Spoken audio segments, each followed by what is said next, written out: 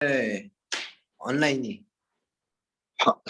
अब या तो दो ही ऑप्शन है, या तो ऑनलाइन या तो फिर बंद कर दो लेक्चर। आप स्कूल नहीं आ सकते ना, बंद कर दिया गया इसको एक 1 वीक के लिए। अब 28 29 को डिसाइड होगा कि और एक्सटेंड करना है कि नहीं करना।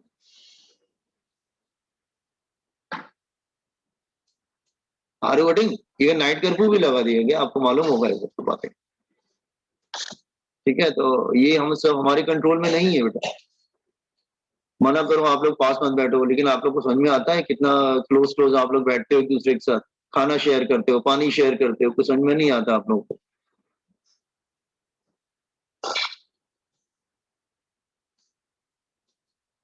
ठीक है, सो ये कंप्लीट कर ले हमने, तो मैं फोर्थ क्वेश्चन पे आऊं बॉयज एंड गर्ल्स।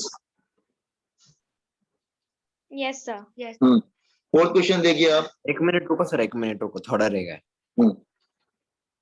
तब तो बाकी लोग फोर्थ क्वेश्चन रीड कर लीजिए, थोड़ा सा हाफ इधर दिख रहा है, हाफ ऊपर चला गया है।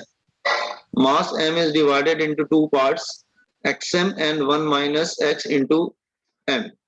For this separation, the value of x for with the gravitational force become maximum. मैंने ये आपको कराया है क्लास में, यस। मैंने आपको ये बात बताया था क्वेश्चन नंबर 4 में। क्वेश्चन नंबर 4 में मैंने ये बात बताया था कि अगर किसी मास m को डिवाइड करते हैं टू पार्ट्स, ठीक है, m1 एंड m2 पार्ट में डिवाइड करते हैं, यू आर डिवाइडिंग इट, तो मैंने बोला था दोनों के between force will be maximum when, मैंने क्लास में कराया है, when m1 is equal to m2, जब दोनों पार्ट क्या होने चाहिए, इक्वल होने चाहिए। ये क्लास में कराया हुआ है, मैंने ऑफलाइन में कराया हुआ है कि दोनों में फोर्स क्या होगा, मैक्सिमम होना। देखिए ना, फर्स्ट लेक्चर मैंने जब ग्रेविटेशन को ऑफलाइन में लिया था उस दिन कराया था मैंने। ठीक है, अब just check your notes, offline वाले बच्चे स्पेशली नोट्स चेक करो, उसमें कराया हुआ है कि मास मैक्सिमम कब होता है, मास को अगर डिवाइड करते हैं तो उनके बिटवीन फोर्स मैक्सिमम कब होता है, जब दोनों मासेस क्या होते हैं, इक्वल होते हैं। ठीक है, अब क्वेश्चन पे आओ। क्वेश्चन में बोल रहा है कि कोई मास m है, उसको दो पार्ट में डिवाइड किया गया, xm एंड 1 माइनस xm, और x की वैल्यू चाहिए for the force will be maximum. तो क्वेश्चन अकॉर्डिंग टू क्वेश्चन, जो मास m है उसको दो पार्ट में डिवाइड किया गया, एक xm और दूसरा 1 minus xm, and they are asking force will be maximum. तो फोर्स मैक्सिमम कब होगा, जब दोनों पार्ट क्या होंगे, इक्वल होंगे। तो इसका मतलब xm की वैल्यू 1 माइनस xm के इक्वल होगी। तो what is value of x, तो x की वैल्यू क्या आएगी,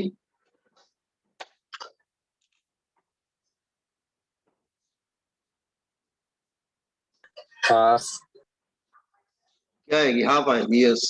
x की वैल्यू हाफ आएगी, yes you correct. mm cancel हो जाएगा, x 1 माइनस x, हाँ, तो 2x is equal to 1 and x is equal to 1/2, तो आंसर विल बी 1/2। अब ये बात ध्यान रखना कि अगर किसी मास को डिवाइड करते हैं और न्यूमेरिकल में बोल रहा है कि उनके बिटवीन फोर्स मैक्सिमम है, तो दोनों मास की वैल्यूज क्या होंगी, तो आंसर उसका यही होता है कि दोनों मास इक्वल होने चाहिए। Okay, both the mass should be equal. ठीक है, तो ये भी बहुत बार आया इन ऑल द एग्जामिनेशन कि दोनों मास मतलब फोर्स मैक्सिमम कब होगा, किसी मास को डिवाइड किया गया तो उनके फोर्स मास की क्या वैल्यूज होंगी कि उनके बिटवीन फोर्स मैक्सिमम हो गया। तो उसका आंसर यही है कि दोनों मास इक्वल होने चाहिए। ठीक है, तो उसने दो मास को डिवाइड किया, एक xm में और एक 1 माइनस xm में, और बोल रहा है कि what is the value of x so that force between both the masses should be maximum. तो मैंने क्या किया, दोनों मास को इक्वल कर दिया क्योंकि दोनों पार्ट इक्वल होने चाहिए। व्हाट इज x की वैल्यू 1/2। Is it clear? बाकी जो लोग कर चुके हैं क्वेश्चन नंबर 5 देख लीजिए।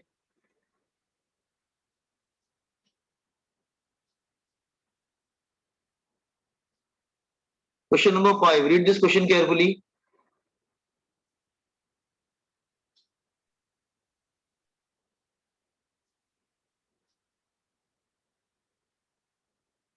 क्वेश्चन नंबर 5,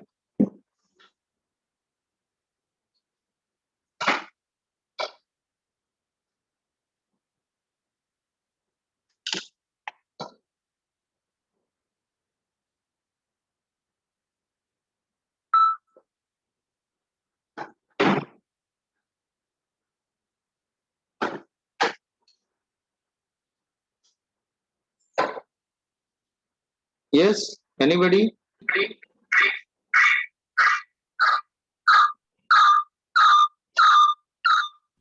सर एफ ही होगा ना? हाँ F होगा. Why?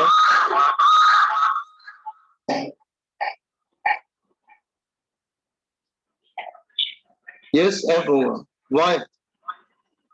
क्यों? सर वो दोनों ऑब्जेक्ट के बिटवीन है ना ग्रेविटेशनल फोर्स, तो ऑब्जेक्ट्स. हाँ एक्चुअली आंसर ये है कि ग्रेविटेशनल फोर्स मीडियम पे डिपेंड नहीं करता. मीडियम से क्या फर्क पड़ता है? मीडियम से कोई फर्क पड़ता है क्या? नहीं. ग्रेविटेशनल फोर्स मीडियम पे डिपेंड नहीं करता है. ऐसा थोड़ी ना कि आप और सपोज आपको अर्थ अट्रैक्ट करता है, आप किसी ऑयल ड्रम के अंदर चले जाएंगे तो क्या वो आपको अट्रैक्ट नहीं करेगा? क्या बिल्कुल करेगा. अट्रैक्ट क्यों नहीं करेगा? Is it clear?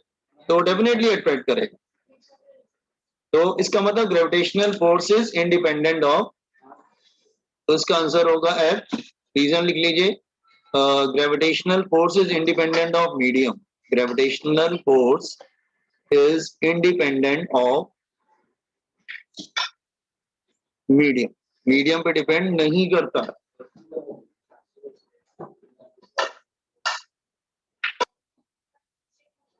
Got it? Come to question number 6. Question number 6 पढ़ो.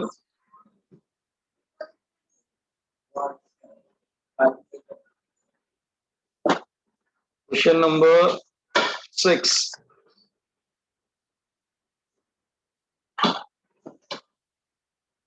Question number 6. Yes. Question number 6 पे आते हैं. Two planets of same density. Boys and girls, मैं क्वेश्चन नंबर 6 पे आऊं क्या? हेलो. Yes sir. हाँ, क्वेश्चन नंबर 6. टू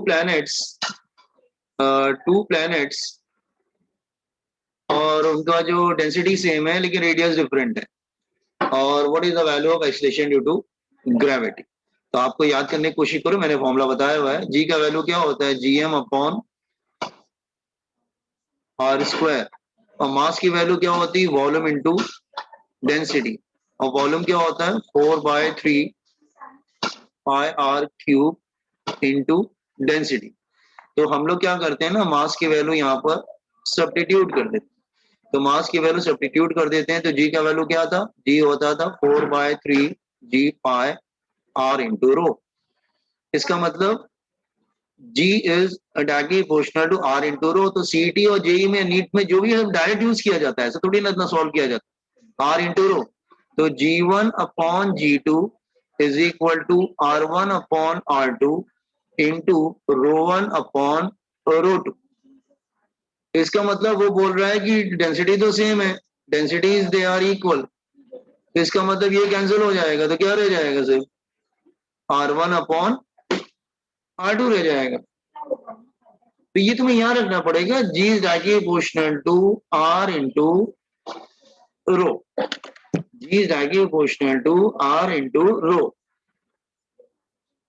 रिमेंबर, तो G का फॉर्मूला था GM अपॉन आर स्क्वायर. तो मास की जगह हमने क्या रख दिया? Volume into density. वॉल्यूम और अर्थ का earth is all the planets are nearly spherical bodies होते हैं. तो 4/3 पाई आर क्यूब सबको रख दिया तो फॉर्मूला क्या चेंज हो गया? 4/3 जी पाई आर इंटू रो. इसका मतलब G is directly proportional to R into rho. तो G1 upon G2 is equal to R1 upon R2 is equal to rho one upon rho two. क्योंकि डेंसिटी भी सेम है तो डेंसिटी कैंसिल हो जाएगा. तो क्या रह जाएगा? Only R1 upon R2. Okay. What question number 6. तो एग्जाम में जब आता है ना तो स्टूडेंट यहां से स्टार्ट करता है, फ्रॉम हियर. वो इधर से स्टार्ट करता है, from this formula. G is directly proportional to R into rho. उसको मालूम रहता है कि G का डेंसिटी और R में क्या रिलेशन होता है? R into rho. तो G1 upon G2 R1 upon rho two into रो1 upon rho two ऐसे लगा देते हैं. Question number 6 clear everyone?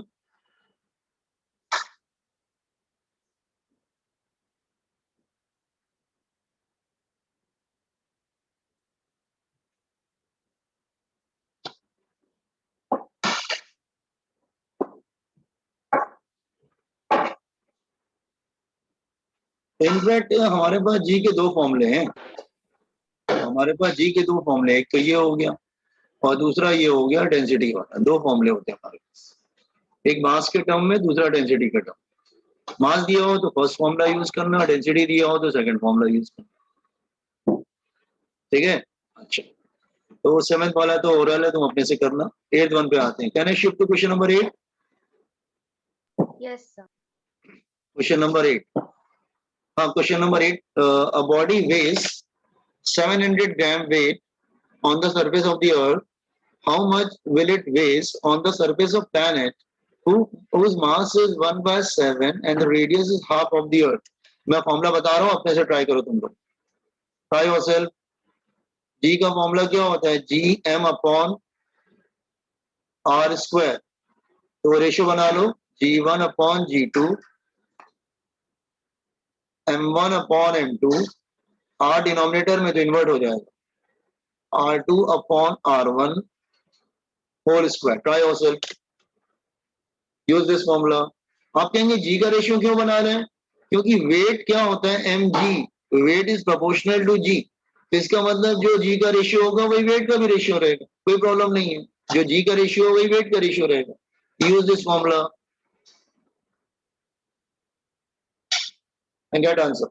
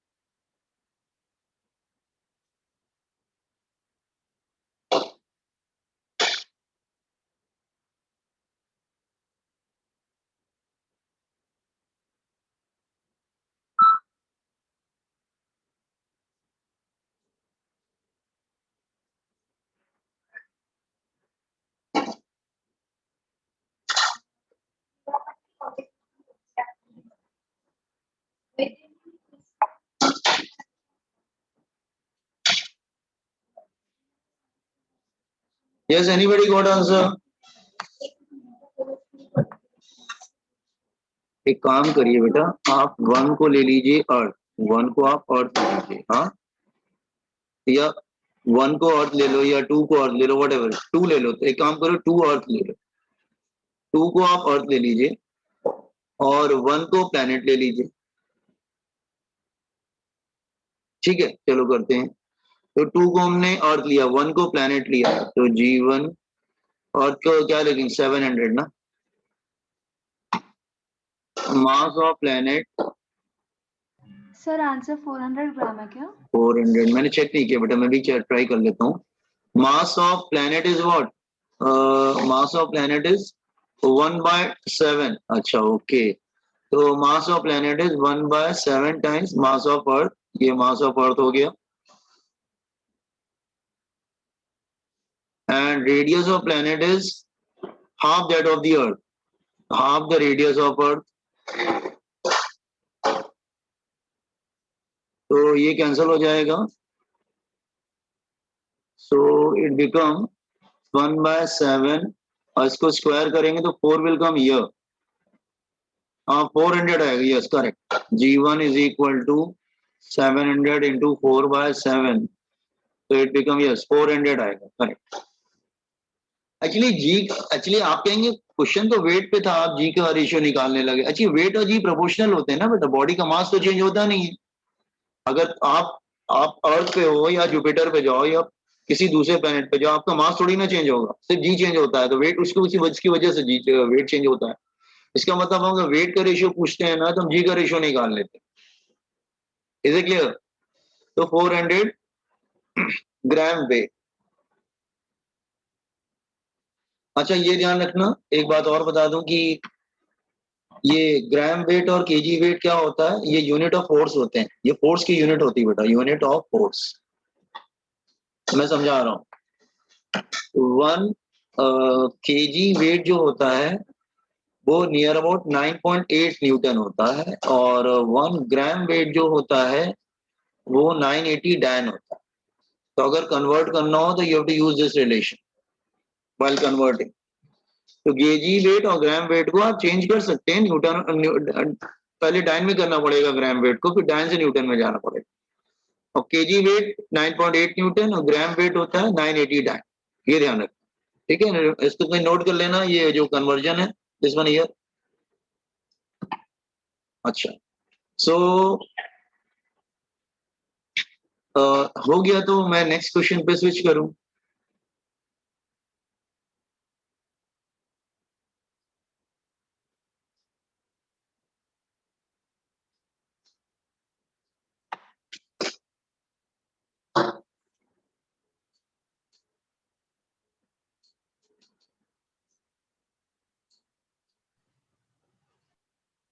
Yes, boys and girls, done?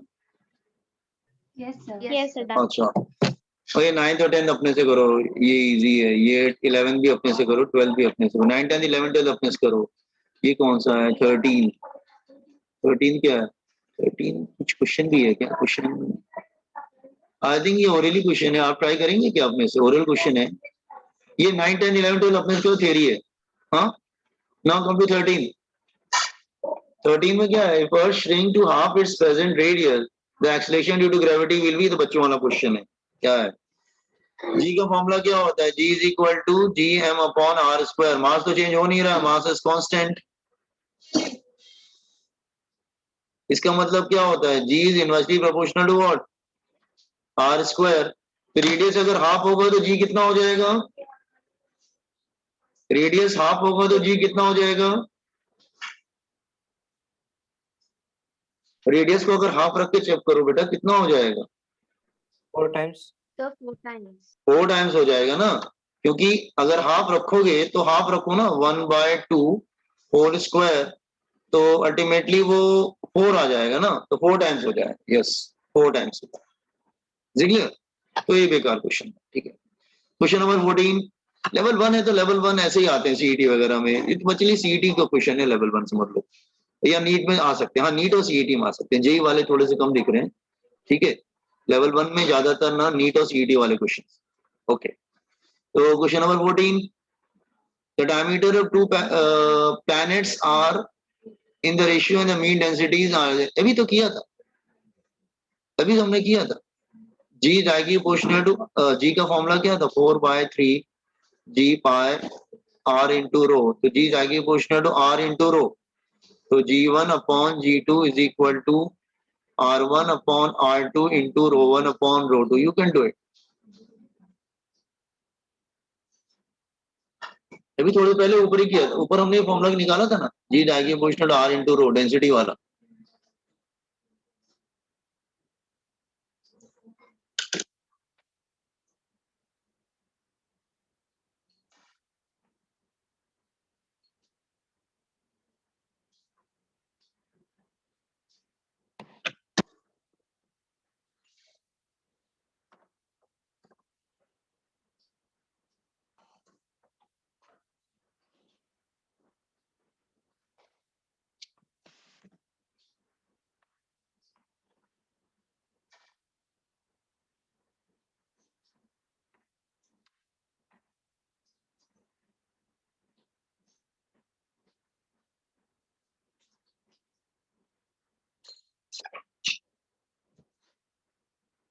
Anybody got answer?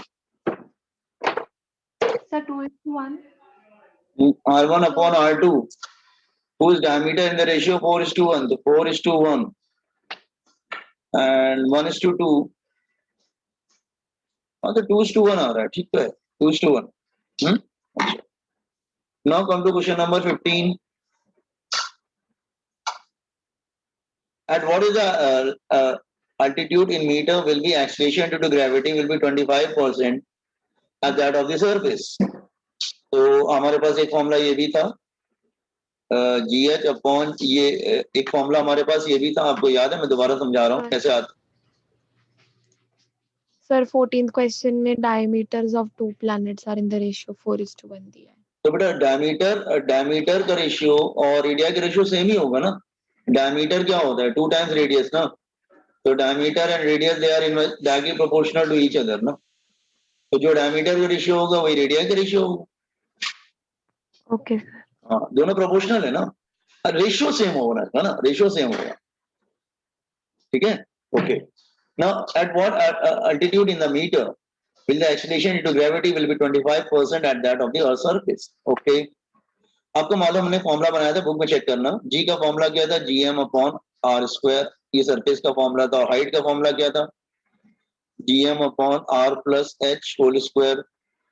दोनों का जब रेशियो लेते थे तो फॉर्मूला क्या आता था, जी एच अपॉन जी R upon R plus H whole square, ये फॉर्मूला आता था, काफी इंपॉर्टेंट फॉर्मूला था।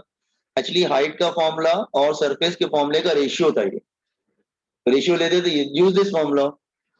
अब वो क्या बोल रहा है कि अगर मैं हाइट पे जाता हूं तो वो 25% हो जाता है, तो जी इट इज गिवन जी हाइट का जी 25% ऑफ सरफेस। अच्छा, तो आप जीएच को क्या लिखेंगे, 25% of g upon ji R upon R plus H whole square. Solve करो, find out H. Find altitude मतलब होता है बेटा हाइट, हाइट निकालना। Find out H. ये फॉर्मूला कैसे आया था, सरफेस का फॉर्मूला और हाइट के फॉर्मूले का रेशियो लिया गया।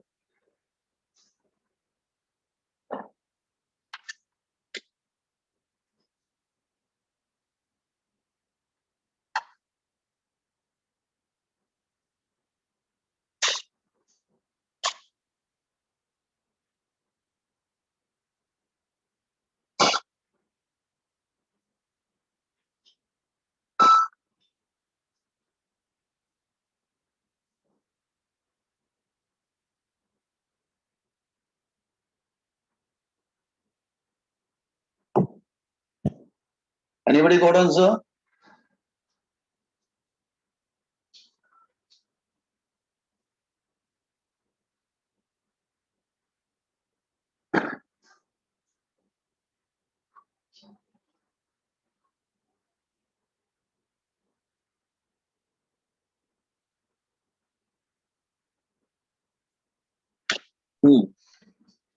अरे देखो, जी और जी चला जाएगा, ये जी और जी चला जाएगा।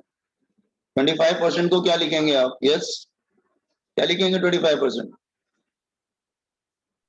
2500. 25/100 मतलब 1/4 आ जाएगा ना।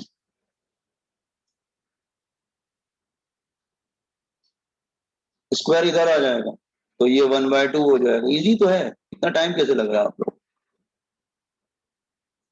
हाइट मिल जाएगा इसमें क्या है। अरे 25% कितना होगा बेटा, 1/4 होगा, तो स्क्वायर को इधर लाएंगे तो 1/2 हो जाएगा, तो क्रॉस मल्टीप्लाई कर आर आ रहा है, ठीक है, आंसर इज आर।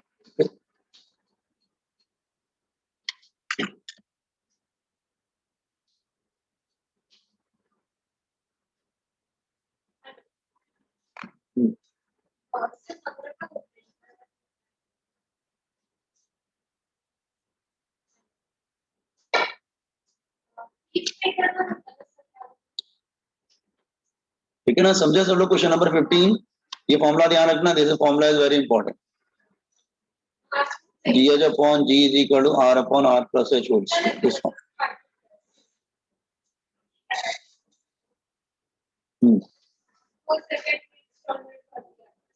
ये क्वेश्चन नंबर 16 तो 10th का क्वेश्चन है सर, ये 10th में किया होगा इस टाइप का स्टेट बोर्ड के बच्चों ने, है ना। नहीं नहीं ये है क्या, एक मिनट और, weight of 1 kg become 1/6 on the moon, the radius of the mass of the moon will be, मतलब ये क्वेश्चन क्या है, 16 का क्या क्वेश्चन है, वेट ऑफ 1 kg become 1 मतलब g 1/6 है।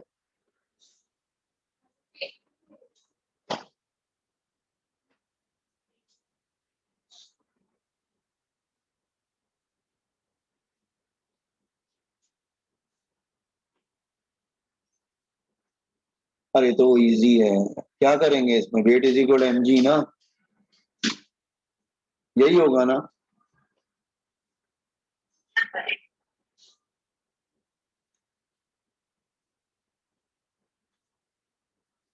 तो weight is proportional to what,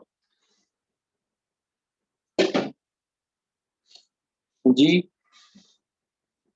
नहीं, ये तो जी का रेशियो ले लो फिर। जी का फॉर्मूला क्या होता है, जीएम अपॉन आर स्क्वायर। तो G1 अपॉन G2 क्या हो जाएगा, M1 upon M2 into R2 upon R1 whole square.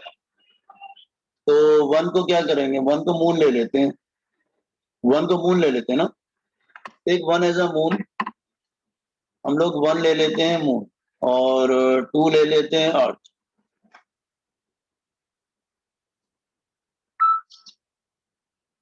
तो G1 अपॉन G2 का रेशियो कितना होगा, 1/6 ना। मास ऑफ मून चाहिए, मास ऑफ अर्थ तो नहीं मालूम।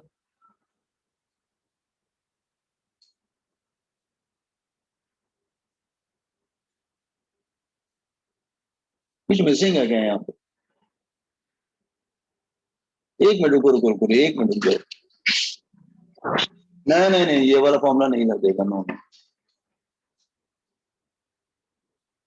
नहीं नहीं, ये फॉर्मूला नहीं लगेगा। सर हाँ यस, सर वो आपने जो फॉर्मूला लिखा था ना G is equal to GM, sir उसमें ही अगर हाँ जी यही, बस बस बस यही फॉर्मूला यूज होगा। जी कितना ले लेंगे, 1/6 ना, तो 9.8 डिवाइडेड बाय 6 हो जाएगा। और जी कितना होता है, 6.67 10⁻⁻11। मास ऑफ मून निकाल लेंगे, मून के लिए अप्लाई कर रहे हैं, और रेडियस तो दिया हुआ है, दैट इज 1.7 इंटू 10⁻6 स्क्वायर। ये बेकार का क्वेश्चन है, बस सॉल्व करना है, इसमें अप्रॉक्स कर रहा है, अप्रॉक्स कैलकुलेशन करो, अदरवाइज थोड़ा मुश्किल हो जाएगा। 9.8 डिवाइडेड बाय 6, अप्रॉक्स करेंगे तो 6.6 इंटू 10⁻11। 17 का स्क्वायर कितना होता है, नियर अबाउट 17 का स्क्वायर 289 289 इंटू 10⁻6 का 12, क्रॉस मल्टीप्लाई करो, अप्रॉक्स करो। हाँ 9.8 इंटू 289 और दिस इज 12, 11 ऊपर आ जाएगा, प्लस 11 अपॉन 6.6 इंटू 6, अप्रॉक्स करो यार, कैसे करेंगे। एक काम करते हैं, 9.8 को 10 लो, छोड़ो 9.8 को लेते हैं 10, हाँ, और 289 को लेते हैं 290, 300 ले ले, क्या छोड़ो 300 ले लेते, अप्रॉक्स कर रहा हूँ 300। 6.6 को ले लेते हैं 7, 6 इंटू 10⁻12 12 20 24 23, अप्रॉक्स करो, देखो आंसर कौन सा आ रहा है, 300, ये 300 ले अप्रॉक्स में, ऑप्शन डी। वही आएगा। कि हाँ नियर अबाउट 2 0 इधर भी चले सर वो जाएंगे। 2.89 होगा ना। हाँ बेटा 2.89, अच्छा हाँ 2.89 है, करेक्ट 2.89 ना। हाँ तो इसको अप्रोक्स 3 करेंगे, करेक्ट, यू आर करेक्ट। 2.89, 17 का एक्चुअली मैंने 2.89 दिया, तो फिर ये हाँ अब ठीक आएगा पावर में, अब ये 3 हो जाएगा, नॉट ओके, तो ये 2 हो जाएगा, हाँ अब आ जाएगा। दिस इज अप्रोक्सीमेटली 2 टाइम्स 2 और ये 5 टाइम्स 5 डिवाइडेड बाय हाँ 7, 50/7, हाँ नियर अबाउट यही आता है, ऑप्शन डी आएगा, ऑप्शन डी आएगा ना, नहीं ऑप्शन डी।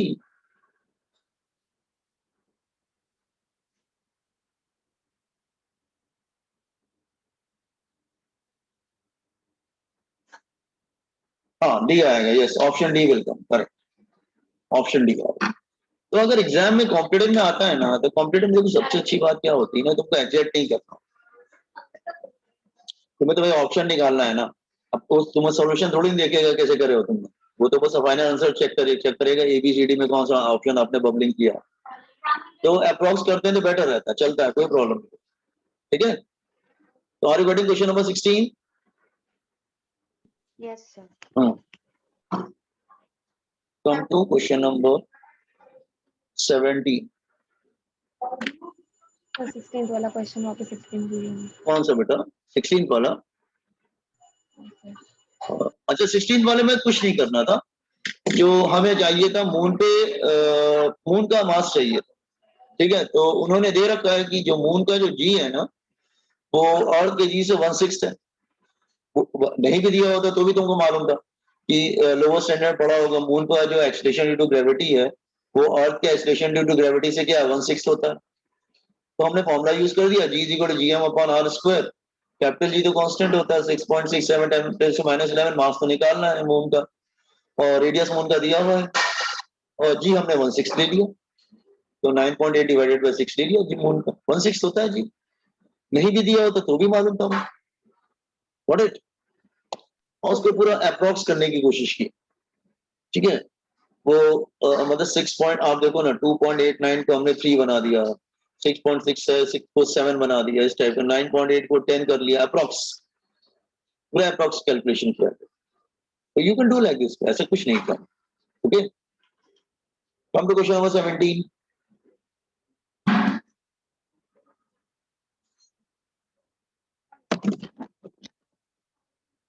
Question number 17। 3%.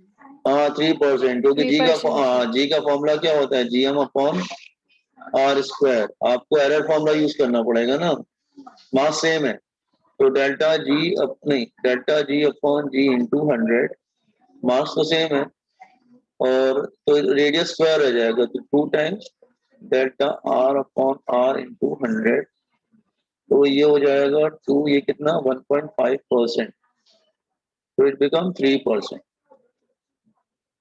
तो 3% आएगा। Okay, error formula using error formula use किया, error formula.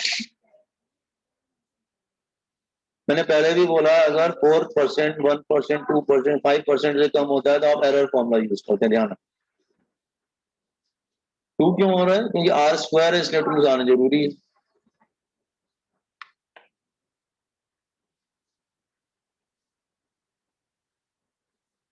Read question number 18।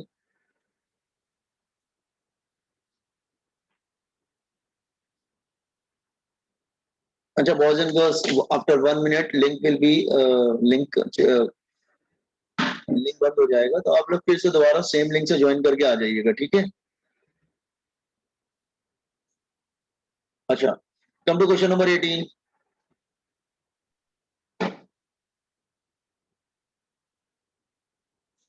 ये मैंने क्लास में किया हुआ है, क्वेश्चन नंबर 18 क्लास में किया है। क्या किया था मैं आपको बता रहा हूँ। एंगुलर स्पीड 1 मिनट रह गया, मैं रिपीट कर रहा हूँ, आपको लिंक चेंज करना पड़ेगा आफ्टर 1 मिनट, ठीक है। Get prepared no. तो आपको मैंने बोला था कि बिकॉज ऑफ रोटेशन फॉर्मूला क्या था, g theta is equal to g minus R omega square cos square theta. तो इक्वेटर पे एंगल, इक्वेटर पे लैटिट्यूड कितना बनता था 0 degree, and cos 0 degree is equal to 1। So g equator कितना था,